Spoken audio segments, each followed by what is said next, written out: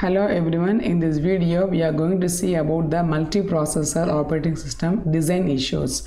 So when you have multiple processors and these processors has to communicate with each other for efficient working of the system. So while doing this, there may be some design issues, how to make the design perfectly concerning some components of this multiprocessor systems. Okay, so let us see first what is a multiprocessor operating system.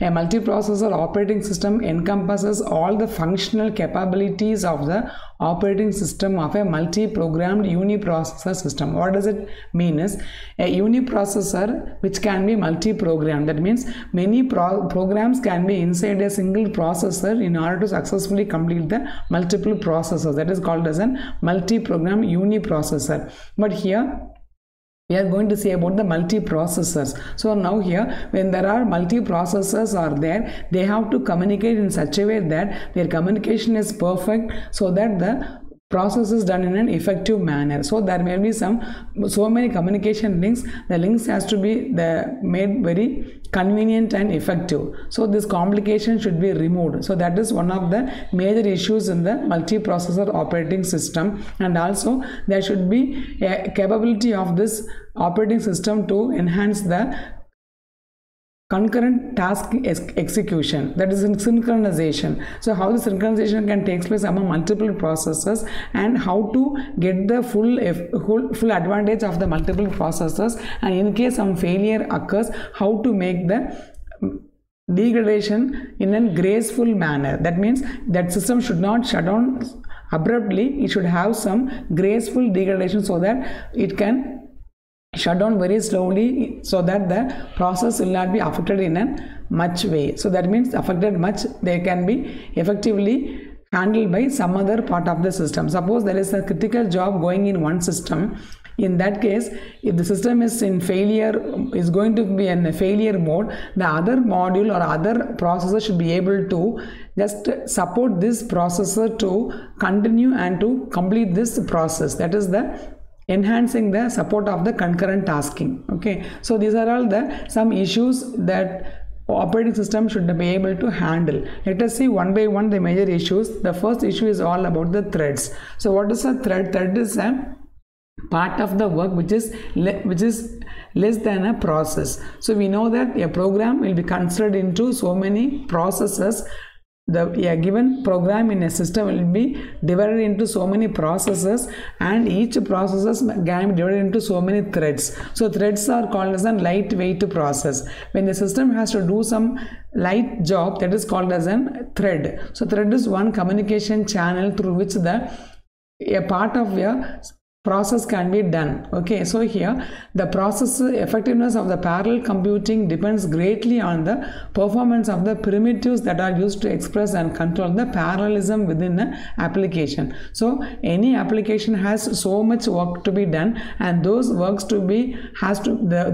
have to be done in a parallel manner. In order to make it parallel manner, we have to think about many threads. So each thread does one part of the work, that is one task is done by one thread. So again these threads are going to communicate with each another so that they can just control the work. So that parallelism should be in a controlled manner. For that there are many primitives. They are all the built-in functions. So these built-in functions are heavily used in order to enhance the parallel computing to have the control parallelism. Okay, and again there is also a concept of context switching. What is the context switching? Is a process when it is doing some work, it has some context. What is the context? Is what address it is being placed and what it is going to do, and what are the stack pointers it is going to hold, and all the memory registers and the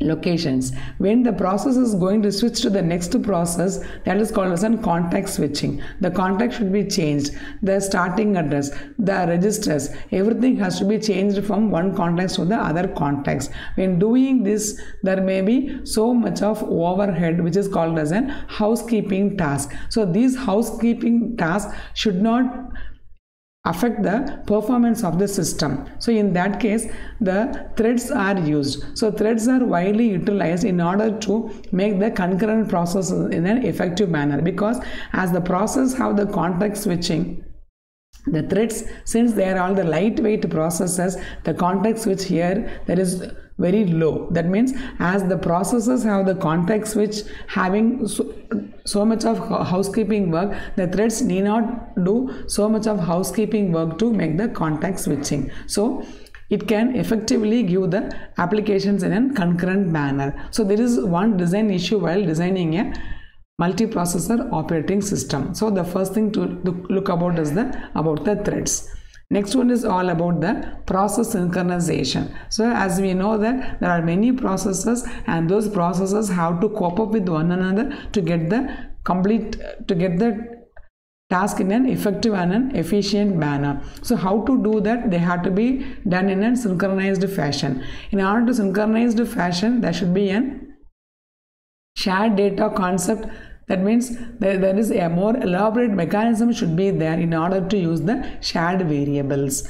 So there are some mechanisms like the lock and the key mechanism and test and set mechanism. So many mechanisms are there, we'll see in the later classes. So those mechanisms are implemented in order to synchronize the concurrent access of the data by the various processes. And also there should be a synchronization mechanism so that the significance performance, there will be an improvement in the performance significantly, so that this extra work which is done can be complemented by this performance of the system. So that is the point here. A synchronization mechanism must be carefully designed so that it is efficient, otherwise it could result in a significant performance penalty. That means there will be a performance degradation. So in order to avoid this degradation of the performance, this synchronization mechanism should be handled properly.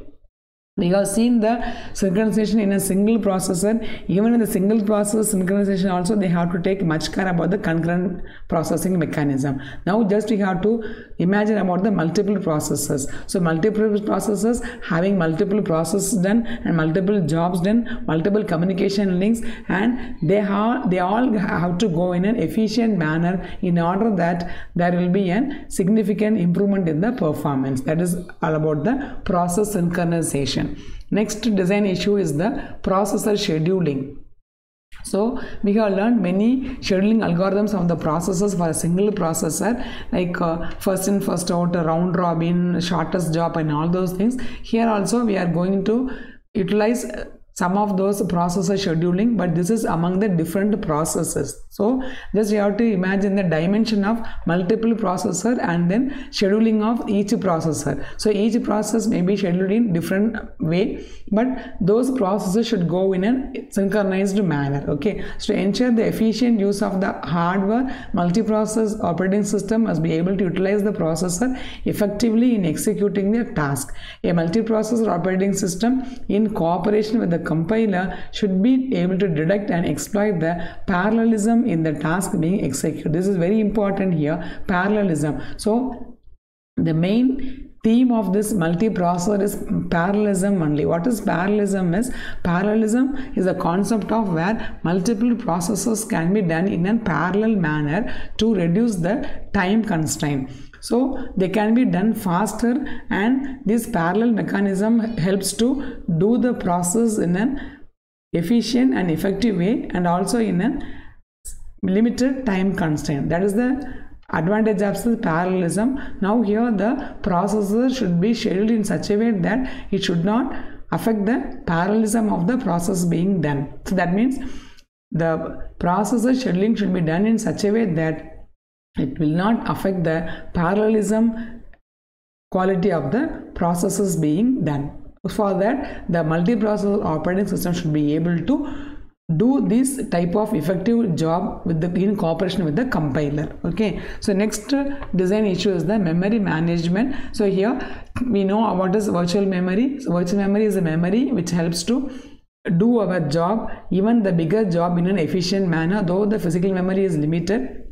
This virtual memory concept is based on the demand paging, where it will give the illusion to the user that a large memory is available for the processes being done. So now here, it is again a multiple processor, so the dimension is more, so there will be a separate map table for each processor for the address translation. We have seen about the page table for a single processor in the memory management of a single processor. Now we are having a multiple processor, so each processor should have its own processor memory table, so that the mapping between the processor pages of one page to the physical memory and the logical memory and across the processors should also happen in an efficient way. So when several processors share a page or a segment, the operating system must enforce the consistency of their entries in the respective map tables. That means some processes might be they are referred by one processor, and they have to be set as valid or invalid effectively by the processor. Otherwise, if it is not updated properly, the other processor may be misunderstood by the other processors. So naturally, there will be confusion in how to access the memory map table. So there should be an efficient page replacement algorithm in order to overcome this complex issue. So both for the page replacement as well as to explore the virtual memory also, there should be a very effective technique in order to attain this in a multiprocessor system. And then finally, the reliability and the fault tolerance. And as the name implies, what is reliability is, if at all a part of the system fails, that is one processor in the multiprocessor system fails, there should be an degrade in graceful manner. That means if a failure occurs, the system should not be affected. So one processor should take care of the processes of the neighbor processors to help to support the successful completion of the processes under consideration. Okay, so for that there are many techniques used in case of both processors and the memory management techniques, and therefore that is called as a fault tolerance and the reliability. Okay, so that's a multiprocessor operating system should be able to have the reconfiguration schemes to restructure the system. That means in case the system fails, any node fails, the system should be able to just to restructure it. So that is done by many techniques inside the system. We will see in the later classes how this restructuring can take place in the multiple processor system.